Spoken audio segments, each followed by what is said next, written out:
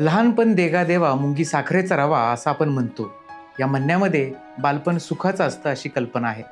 पण दुर्दैवानं आज हजारो लहान मुलांचं बालपण एका महाभयंकर आजाराच्या सावटाखाली आहे. तो आजार म्हणजे कॅन्सर.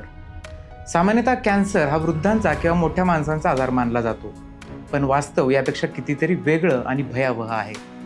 द लॅन्सेट या जगप्रसिद्ध वैद्यकीय मासिकाच्या एका अहवालानुसार जगभरात कॅन्सरमुळे होणाऱ्या एकूण बालमृत्यूंपैकी तब्बल 94% मृत्यू हे भारत, नायजेरिया आणि पाकिस्तान यासारख्या कमी उत्पन्न असलेल्या देशांमध्ये होत आहेत. आजच्या व्हिडिओमध्ये आपण या गंभीर संकटाचं विश्लेषण करणार आहोत.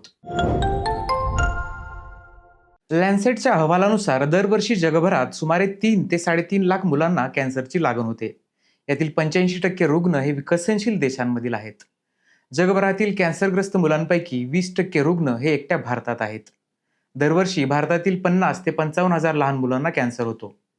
भारतातील या आजाराचं प्रमाण मुलींपेक्षा मुलांमध्ये दुप्पट आहे. भारतातील उत्तर प्रदेश, बिहार, महाराष्ट्र, पश्चिम बंगाल, मध्य प्रदेश आणि दिल्ली या राज्यांमध्ये बाल कॅन्सरचं प्रमाण अधिक आहे.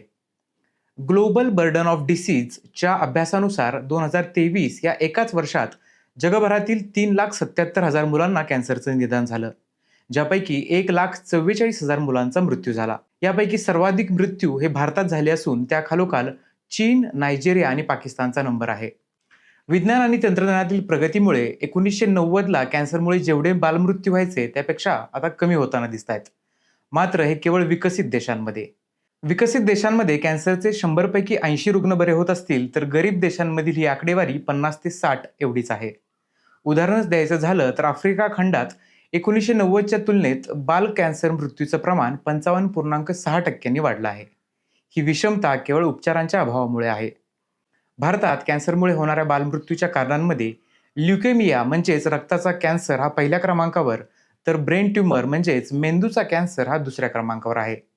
गरिबी, आरोग्य सुविधांचा अभाव, तज्ज्ञ डॉक्टरांची कमतरता आणि वेळेवर निदान न होणं ही या मृत्यूमागची खरी कारणं आहेत.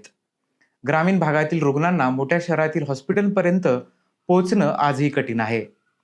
कॅन्सरशी लढण्याचा सर्वात प्रभावी मार्ग म्हणजे वेळेवर निदान.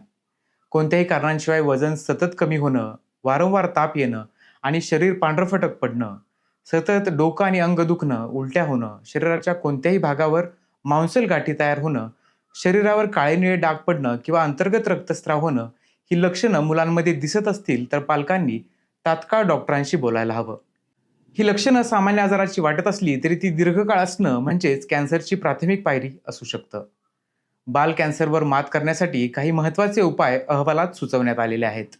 यामध्ये सरकारने आरोग्य क्षेत्रातील गुंतवणूक वाढवणं, केमोथेरपी, सर्जरी आणि रेडिओथेरपी हे कॅन्सरवरील उपचार सामान्य माणसांच्या खिशाला परवडतील अशा दरात उपलब्ध करून देणं, कॅन्सरवर उपचार करणाऱ्या डॉक्टरांचं आणि नर्सेसचं विशेष प्रशिक्षण घेणं आणि ग्रामीण भागातील रुग्ण शोधून काढण्यासाठी यंत्रणा मजबूत करणं या उपायांचा समावेश आहे.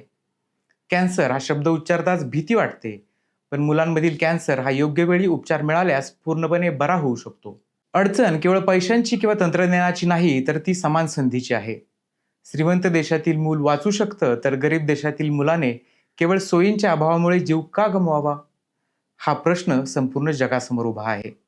लहान मुलांमधील कॅन्सरविषयी ही माहिती जास्तीत जास्त लोकांपर्यंत पोहोचवून त्याविषयीची जागृती करण्याचा प्रयत्न आपल्याला करता येईल. तुम्हाला ही माहिती कशी वाटली ते आम्हाला कमेंट्समध्ये नक्की सांगा. आरोग्याशी संबंधित अशाच महत्त्वाच्या विषयांसाठी पाहत रहा युनिक फीचर्सचं YouTube चॅनल.